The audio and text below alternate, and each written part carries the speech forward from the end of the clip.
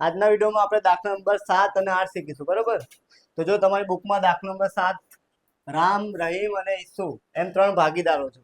પછી મૂડી અનુક્રમે કેટલી આપી તમને? 60,000, 40,000 ને 50,000, બરોબર ને? પછી વર્ષના અંતે નફાની વેચણી કર્યા પછી માલુમ પડ્યું કે મૂડી પર આપણે 6% વ્યાજ ગણવાનું. કેટલા ટકા? બરોબર ને? તો આપણે શું તૈયાર કરવાનું છે? ભૂલ સુધારણા નોંધ. ઓકે, તો ગયા દાખલામાં શીખી ગયા કે જ્યારે બી રકમમાં ભૂલ સુધાર નોંધ આપી હોય તો સૌથી પહેલું સ્ટેપ શું કરવાનું? તમારે કોષ્ટક તૈયાર કરવાનું. શું કરવાનું? તો જો હું કોષ્ટક તૈયાર કરી દઉં છું. ચલો જો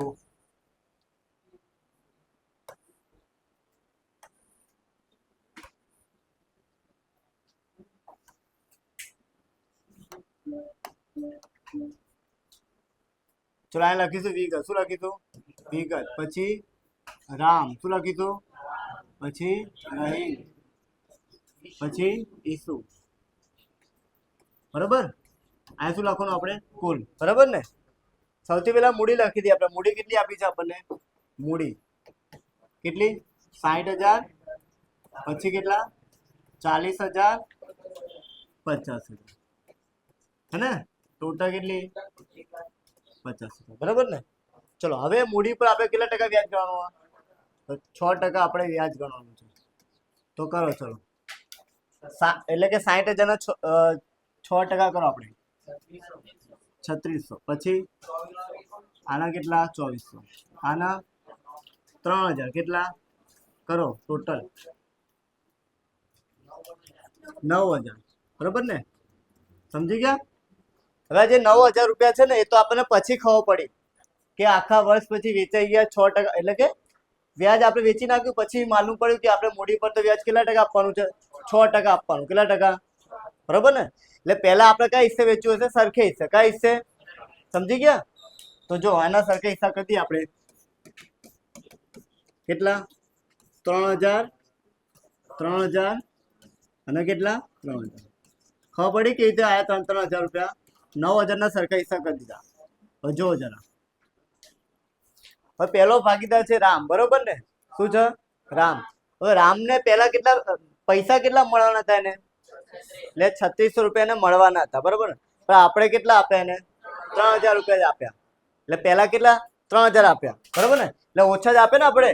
કેટલા ઓછા આપ્યા? 600 રૂપિયા. કેટલા? એટલે બીજા આપવા પડશે ને 600. આપવાનું જશે એમાં લખવાનું પ્લસમાં. ચલો હવે જો આને 2400 રૂપિયા મળવાના હતા. કેટલા? પણ આપણે ભૂલથી કેટલા આપ્યા? આપણે ખાલી 2400 રૂપિયા જ આપવાના હતા પણ આપી દીધા કેટલા? એટલે વધારે આપી દીધા ને તો બીજા 600 રૂપિયા લેવા પડશે. લેવાના તો કેટલા લોકો? માઇનસમાં. કેટલા? સમજી ગયા? ચલો આને તો 3,000 આપવાના હતા ને 3,000 જ આપ્યા તો આને શું આવશે? ડેશ. સમજી ગયા? તો આમનો જ કીધું લખવાની ખબર હે ને? માઇનસ એના ખાતે શું કરવાનું? ઉધાર. અને જે પ્લસ માં શું કરવાનું? તો આમને હું આ લખી દઉં છું. પહેલું કોણ છે? રહીમ. ચલો રહીમના મૂડી કે ચાલુ ખાતે શું કરવાનું ભાઈ? ઉધાર. આના ખાતે શું કરીશું? રામ.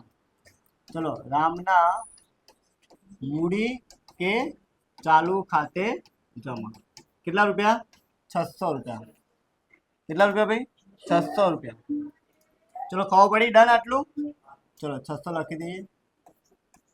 ચલો ડન. ચલો દાખલો નંબર જો 8. તો દાખલા નંબર 8 શું કે છે? લતા, ગીતા અને પ્રવીણા 3 ભાગીદારો. કેટલા? બરોબર ને? લતા, ગીતા અને પ્રવીણા કેટલા? 3 ભાગીદારો છે. ભાઈ નફાની વેચણી કર્યા પછી માલુમ પડ્યું ઉપાડ ઉપર વ્યાજ કેટલા ટકા આપવાનું છે આપણે? બરોબર ને? કેટલા ટકા? એટલે 2700, 1200 અને 1500. એટલે આપણે તૈયાર શું કરવાનું ભાઈ? બરોબર ને? જ્યારે બી રકમમાં શું આવે? ભૂલ સુધારણા. તો સૌથી પહેલા શું કરવાનું? તમારે કોષ્ટક તૈયાર કરવાનું. શું કરવાનું? કોષ્ટક. તો જો કરીએ આપણે.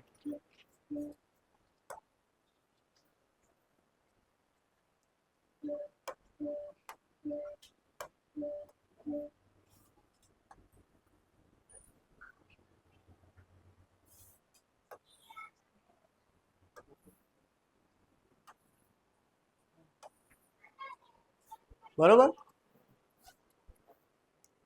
ચલો જો સૌથી પહેલા શું લખીશું આપણે? ચલો આ લખીશું વિગત. શું લખીશું અહીંયા? લતા, ચલો ગીતા અને પ્રવીણા, હે ને? અને શું લખવાનું ભાઈ? કુલ. સમજી ગયા? ચલો હવે ઉપાડ ઉપર વ્યાજ તમને કેટલું આપ્યું છે? અહીંયા લખી દઈએ. આપ્યું છે ને અનુક્રમે. ચલો આ કેટલા આપ્યું છે ભાઈ? 2700, પછી કેટલા? 1200 અને 1500, બરાબર. ચલો આ લખીશું આપણે કેટલા? 1200 અને કેટલા? 1500. ટોટલ કરો કેટલું થાય? કેટલું થાય? 5400. ચલો હવે જે 5400 વ્યાજ છે ને એ તો આપણને પછી ખબર પડે. શું કરી કે આવી રીતે ઉપાડ ઉપર વ્યાજ આપણે આ લોકો જોડે લેવાનું હતું, બરાબર ને? લતા, ગીતા અને પ્રવીણા.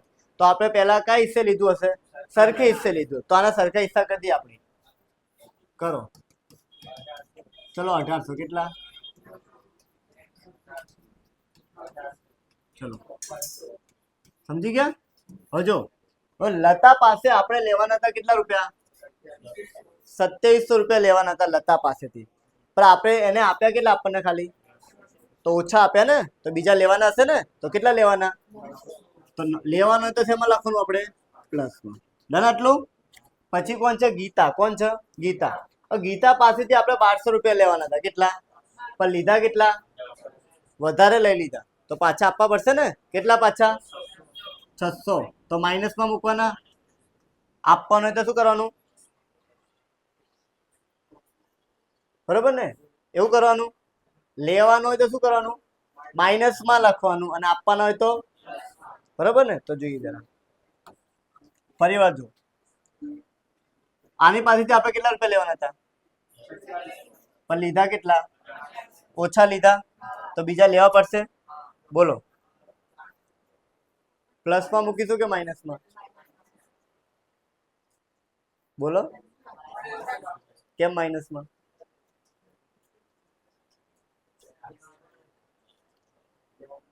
આને ઓછા પૈસા, આને તો ઓછા પૈસા આપે ને આપણે. આ શું લખ્યું છે? ઉપાડ ઉપર વ્યાજ છે. શું છે? ઉપાડ ઉપર વ્યાજ. એ ભાગીદારે આપવું પડે. શું કરવું પડે? સમજી ગયા? એટલે એ લોકોને પૈસા આપણને આપે. કોને? ભાગીદાર પેઢીને. એટલે આપણે લતા પાસે લેવાના હતા કેટલા? 2700 રૂપિયા. કેટલા? કેટલા? પણ એને આપ્યા કેટલા?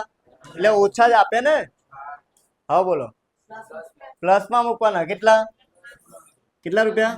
900 રૂપિયા. કેટલા? સમજી ગયા? પછી જો ગીતા પાસેથી કોણ છે? તો ગીતા પાસેથી આપણે કેટલા રૂપિયા લેવાના હતા? એને આપ્યા કેટલા? એટલે વધારે આપી દીધા.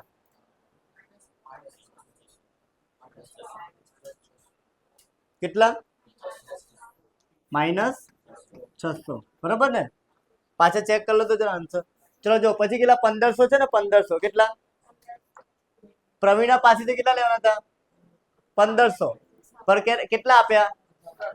વધારે આપી દીધા. ચલો એક મિનિટ.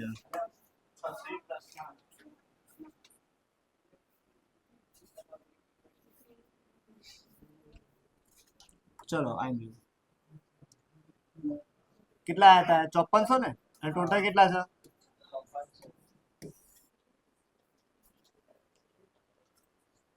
એટલે લતા આપવા પડશે આપણને પૈસા. બરોબર ને? કેટલા? 900 રૂપિયા. કેટલા? એ માઇનસમાં આવે. કેટલા આવે?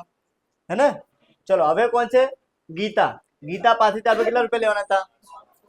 પણ એને આપ્યા કેટલા બિચારીએ? વધારે આપી દીધા ભાઈ બિચારીએ. વધારે આપે તો પાછા કરવા પડશે ને. તો એના કરતા શું કરવા પડે? જમા કરવા પડે. કેટલા રૂપિયા? આમાં ઉલટું કરવાનું. શું કરવાનું? ઉપર આવે ત્યારે ન ભૂલ થઈ જશે. જેમ હમણાં ભૂલ થઈ. બરોબર રીતે આમાં જો કેટલા લખ્યા? પ્રવીણા પાસેથી કેટલા લેવાના હતા? 1500. પણ એને આપ્યા કેટલા? એટલે એને બી વધારે આપી દે આપણને. આપે કે નહીં? તો પાછા કરવા પડશે ને. રોકડ જશે આપણી પાસેથી. ચાહે તો કેટલા આવશે? 300. સમજી ગયા? તો આમનો જ બનાવીએ. આના ખાતે શું હશે? ઉધાર. કોણ છે ભાઈ? લતા ના મૂડી કે ચાલુ ખાતે ઉધાર. તે કોણ આવશે? ચલો ગીતા અને કોણ છે ભાઈ? પ્રવીણાના મૂડી કે ચાલુ ખાતે. સમજી ગયા? આ કેટલા લખીશું આપણે? 900 અને આ શું લખીશું આપણે 600 ને કેટલા 300 બરાબર ને ટોટલ કરશું એટલે કેટલા આવી જશે 900 ખબર પડી ગઈ એટલે ઉપાડ આવે તો ધ્યાન આપવાનું ન ભૂલ થઈ જશે તમારાથી બરાબર ને ચલો લખી દો